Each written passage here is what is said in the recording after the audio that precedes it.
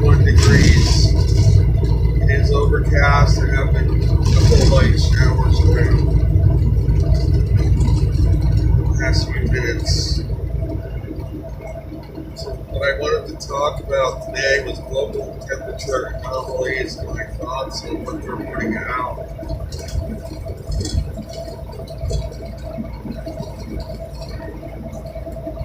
There are many news reports blaming all the flooding and anomalous weather we've been having on global warming. The real question to ask is, would global warming cause this kind of weather?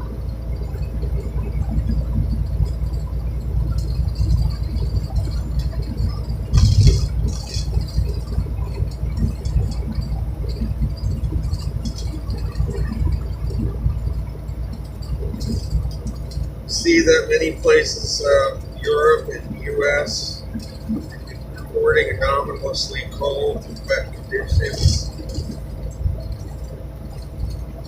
We hear reports of the southern hemisphere also reporting anomalously cold temperatures as well, such as Australia.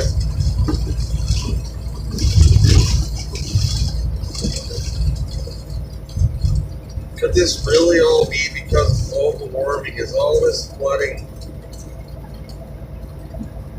really being caused by global warming? Their argument is that more moisture in the atmosphere causes more rainfall. Is it that simple? I have studied climate and weather for just about my whole life.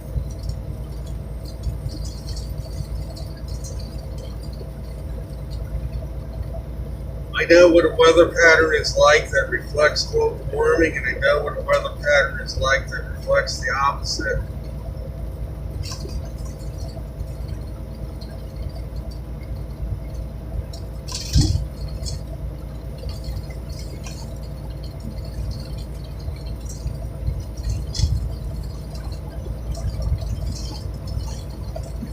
To get more rainfall, it isn't just a matter of whether the atmosphere is holding more moisture or not. It's more of what's causing this moisture to be squeezed out of the atmosphere into rainfall. Obviously, an air mass has to be cooled enough to condense the water out of it to bring rain.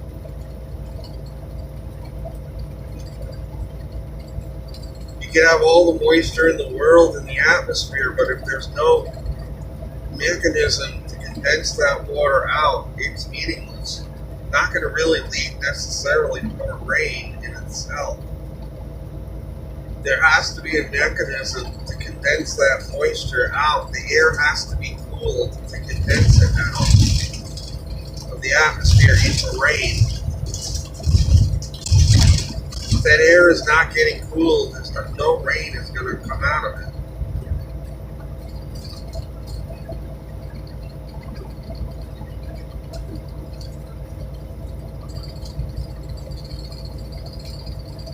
I recently looked at the global temperature anomaly map, and we are getting grossly lied to. It showed North America being colder than average. Yes, it did show that, but it showed the rest of the world burning up. Is that possible? Why would it just be cold over North America and nowhere else, and everybody else would be burning up except for North America in the world? It makes no sense. When you really think about it, if North America was much cooler than average last month, there are likely many other areas in the hemisphere globally that were also much cooler than average. There's no way physics would allow just North America to be colder than average and nowhere else to be.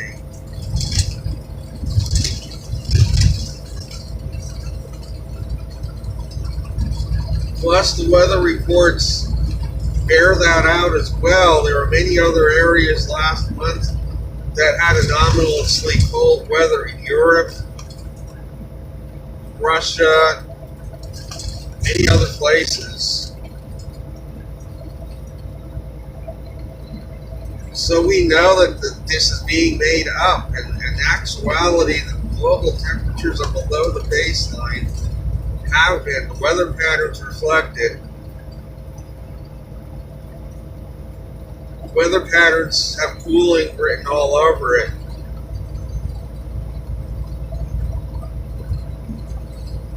I feel that meteorology has sunk to a level horrible that we're getting lied to on so many different ways about the intensity of tropical cyclones. We're getting lied to about even temperatures. They're even fudging snowfall amounts, I suspect, to make them lower. There is just so many things going on now in meteorology that are appalling. My son is getting into the field, and I am concerned for him. There's just so much representation going on with the data,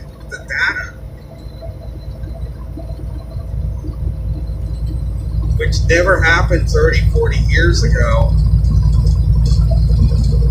It's all to support an agenda. Of course, they have to fudge things because things have turned, the tide has turned, and the sun's activity has lessened. Global temperatures are starting to respond by going downward, and they have to keep this agenda of global warming going. And the only way they can do it is, they have to start fudging figures and data. Because the real weather patterns aren't supporting anymore their hypothesis.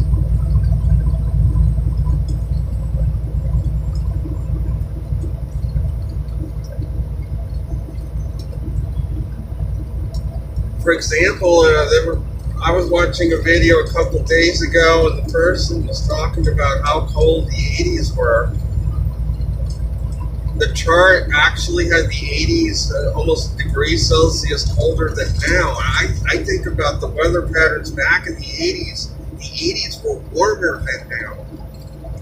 We did not see half the amount of snow in the winter in the 80s as we did now, as we've been seeing. The chart is just a total bogus chart. The 80s were not that cold.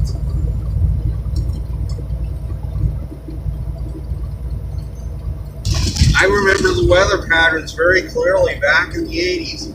There was not much snow in that decade that fell over much of the U.S. The winters were nothing like the winters we've been having lately.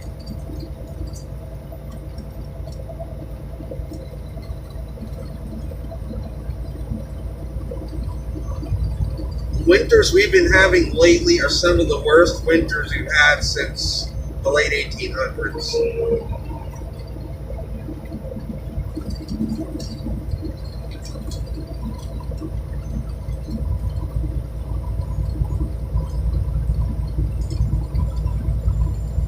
So the actual weather does not support what we're being told.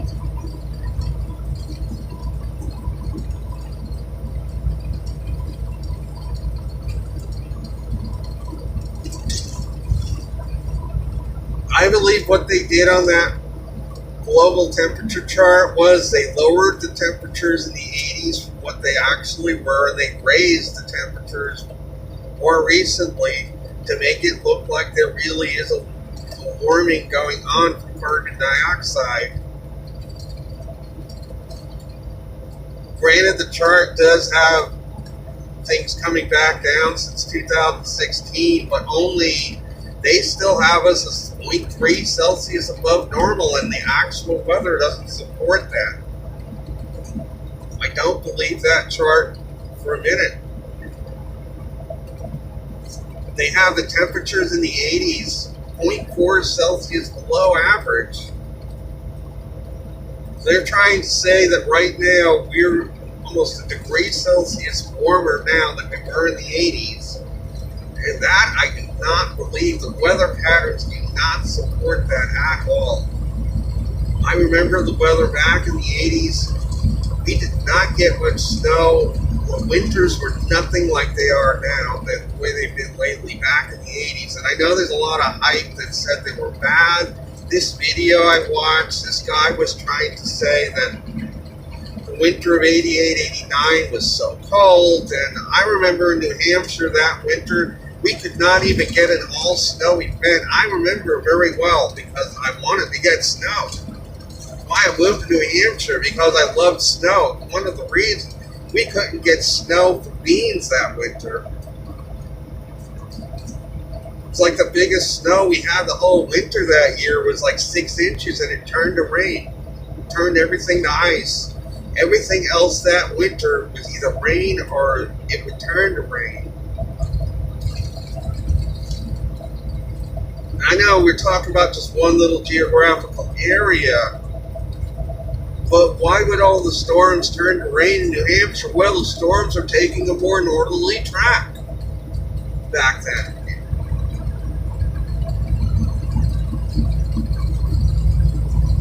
That high that I've mentioned in my videos parked further north than it should be in the winter, and it was shunting all the winter storms further north. So, of course, yeah, New Hampshire is going to get more rain in that scenario than snow. Because globally, things were actually milder back then. The high was positioned further north